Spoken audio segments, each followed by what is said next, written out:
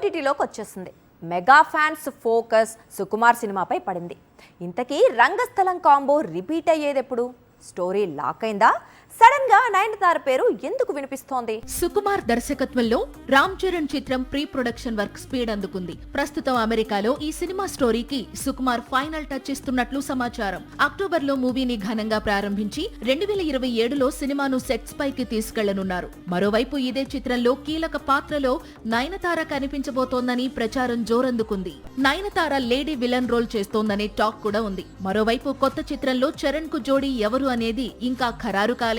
చాలా వరకు కియారా పేరు వినిపిస్తోంది. వినయ విధేయరామ, గేమ్ చేంజర్ చిత్రాల తరువాత మరోసారి కియారానే చరణ్ సరసన హీరోయిన్ గా నటించనుందని రూమర్స్ షికార్లు చేస్తున్నాయి. అయితే కియారా సెలక్షన్ పై మెగా ఫ్యాన్స్ లో చాలా డిసప్పాయింట్మెంట్ మొదలైంది. సుకుమార్ దర్శకత్వంలో రామ్ చరణ్ నటించే కొత్త చిత్రానికి ధురంధర్ మ్యూజిక్ డైరెక్టర్ ఎంట్రీ అనేది రూమర్ మాత్రమే అంటోంది టాలీవుడ్. ఎందుకంటే దేవి కోసం అసలు ఈ ఏడాది షూటింగ్ పెట్టుకోవడం లేదట సుకుమార్. దేవి ఫ్రీ అయిన తర్వాతే రామ్ చరణ్ తో కొత్త చిత్రం చిత్రీకరణ అవుతుందట.